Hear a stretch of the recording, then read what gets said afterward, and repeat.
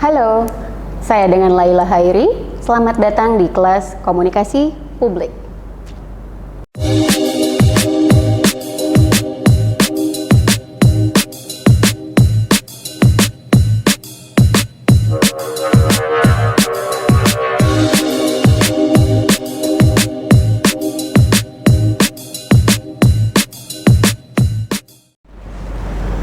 Karena ini pertemuan kita yang pertama, maka saya memperkenalkan diri dulu.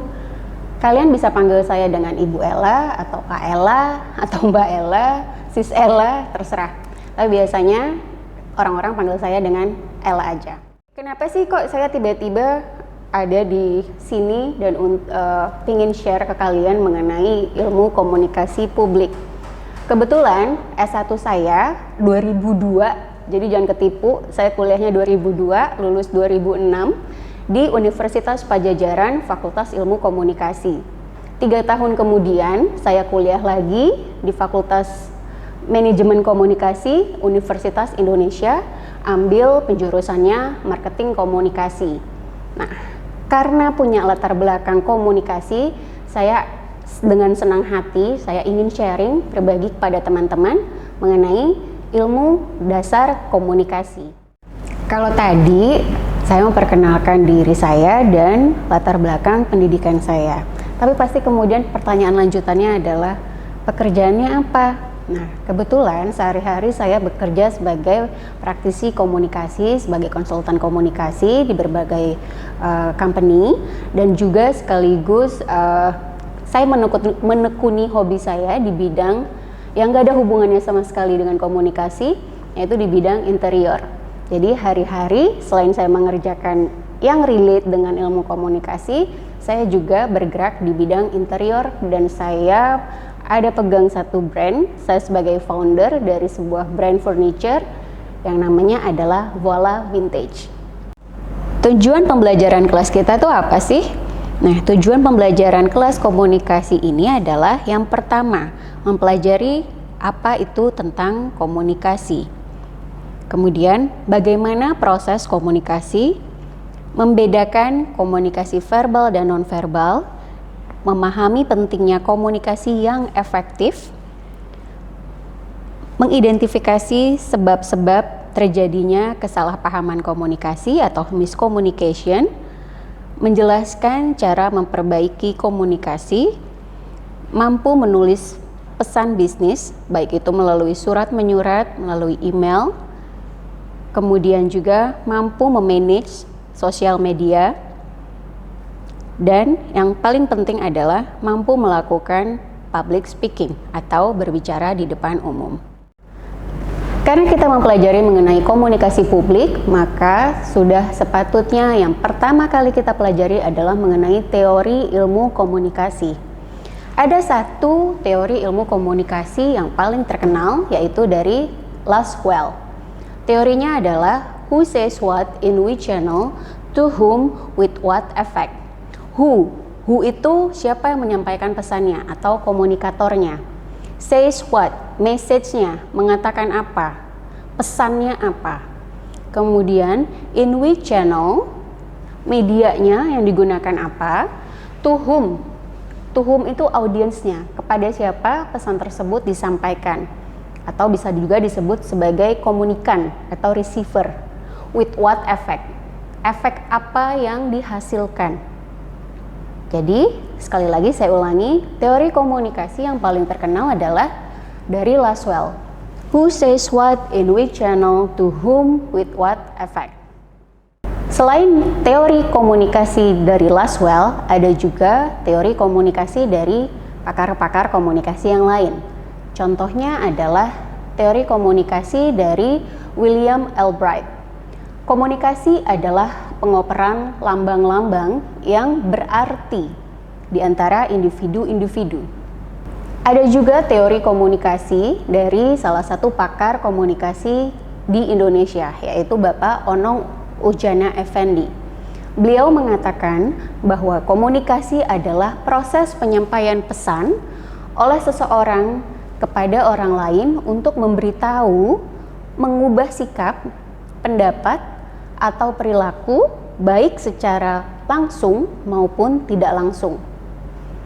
Nah, dan teori komunikasi yang paling simple yaitu teori komunikasi dari Aristoteles. Model komunikasi Aristoteles seperti ini. Ada sumber atau si komunikatornya, ada pesan, message-nya, dan ada penerima, receiver-nya atau komunikannya. Paul Watzlawick mengatakan, we cannot not communicate. Itu artinya apa? Dalam kondisi seperti apapun, manusia atau kita sebagai individu pasti menyampaikan pesan. So, Paul mengatakan, we cannot not communicate. Even kita lagi diem, even kita lagi sendirian di pojok, even kita berjauhan, itu tetap menyampaikan message atau menyampaikan pesan kepada orang lain. How we communicate itu ada beberapa bentuk. Yang pertama, verbal, komunikasi verbal. Komunikasi verbal adalah komunikasi yang disampaikan lewat words atau lewat kata-kata. Kemudian, selain komunikasi verbal, bentuknya adalah komunikasi non-verbal. Di antara komunikasi verbal dan non-verbal, ada juga pakar yang mengatakan bentuk komunikasi paraverbal. Nah, kalian bisa lihat di sini chartnya. Albert Mehrabian mengatakan bahwa ternyata 55% justru yang ditangkap pesannya oleh si komunikan adalah non-verbal. Non-verbal terdiri dari apa aja? Kita bahas di selanjutnya. Komunikasi verbal. Komunikasi verbal adalah komunikasi di mana pesan disampaikan secara lisan atau tertulis menggunakan bahasa tertentu. Kalau verbal atau by oral itu seperti yang kita lakukan sehari-hari ya. Bisa itu tatap muka langsung, atau by telepon, atau by email, atau by surat menyurat. Written communication, it's a part dari komunikasi verbal. Nah, ada komunikasi paraverbal. Komunikasi paraverbal itu apa sih? Komunikasi paraverbal itu adalah voice, sinyal kita. Ngomongnya, tone-nya gimana, intonasinya. Terus kemudian ada dialog atau ada cengkok atau ada aksen tertentu nggak yang kedengeran. Terus ngomongnya buru-buru nggak? Ngomongnya kecepetan nggak? Atau kelamaan nggak? Nah, itu disebut bentuk komunikasi paraverbal. Nah, ini yang paling penting yang perlu kita perhatikan saat kita berbicara dengan orang lain. Komunikasi non-verbal. Seperti yang tadi disampaikan oleh Bapak Paul, we cannot not communicate. Jadi dalam kita diam pun, appearance kita, gesture kita, eye contact kita, itu menyampaikan pesan kepada orang lain. Appearance, apa aja yang dimaksud dengan appearance? Cara berbusana, cara berpakaian kita, clothing, kemudian hairstyle, atau mungkin kalau pakai hijab juga hijab stylenya, pemilihan warna pakaian, pemilihan warna rambut, pemilihan warna make up, pemilihan warna lipstick, it's a part dari appearance, dari komunikasi nonverbal, yaitu appearance.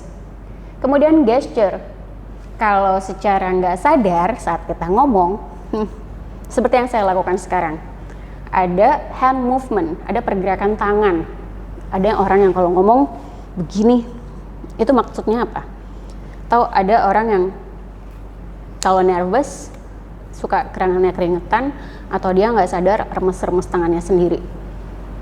Ada juga misalnya sering berkedip, bisa jadi dia pakai soft lens ya, atau memang dia lagi nervous, jadi atau dia takut gugup, atau bentar-bentar nodding tuh nunjuk-nunjuk hidung gitu ya.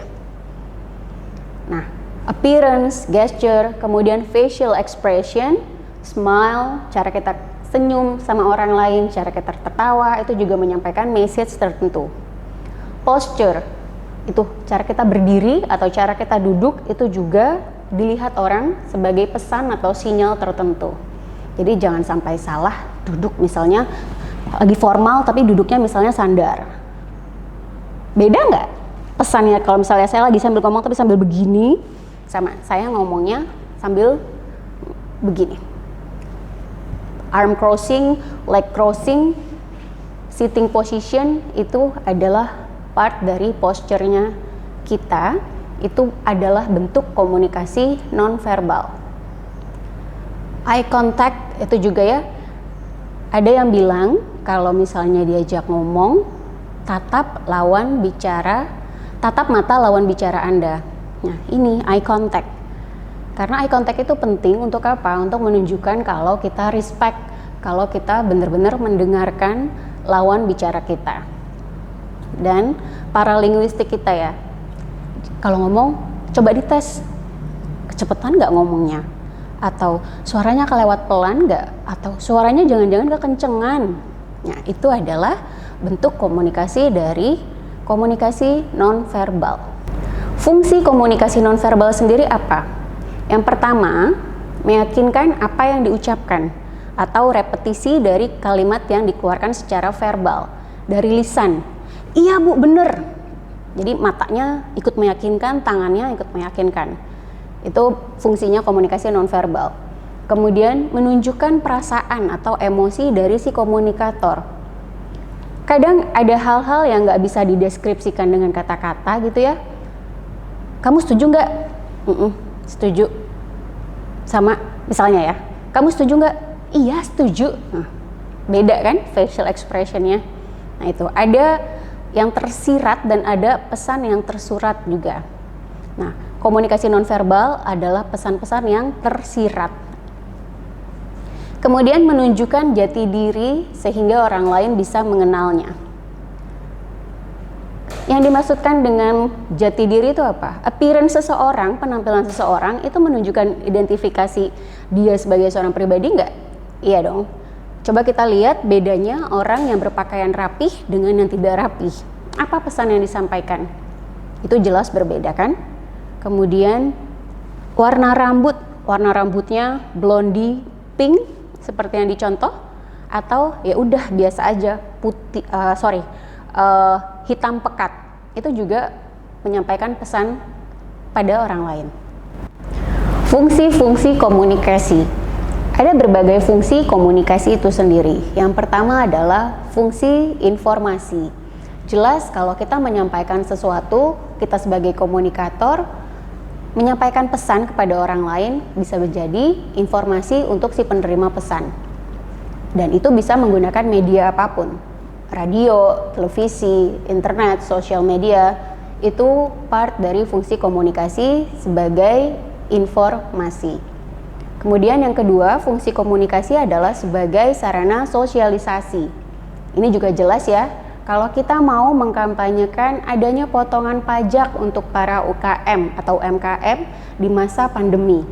Nah, itu bisa dilakukan lewat sosialisasi. Itu adalah fungsi juga yang penting dari ilmu komunikasi. Kemudian, fungsi yang lanjutannya adalah motivasi. Kalau misalnya kita lihat ada teman kita atau keluarga kita, apalagi di era pandemi ini, banyak yang going insane karena kelamaan di rumah, kelamaan gak ketemu orang lain.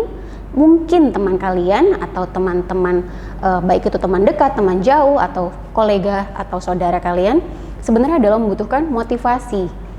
Nah, motivasi itu penting karena seringkali kita gak nyadar apa yang diperlukan oleh orang lain. Ada orang-orang atau di masa-masa tertentu, apalagi di masa pandemi seperti sekarang, itu sangat membutuhkan motivasi atau support dari orang lain.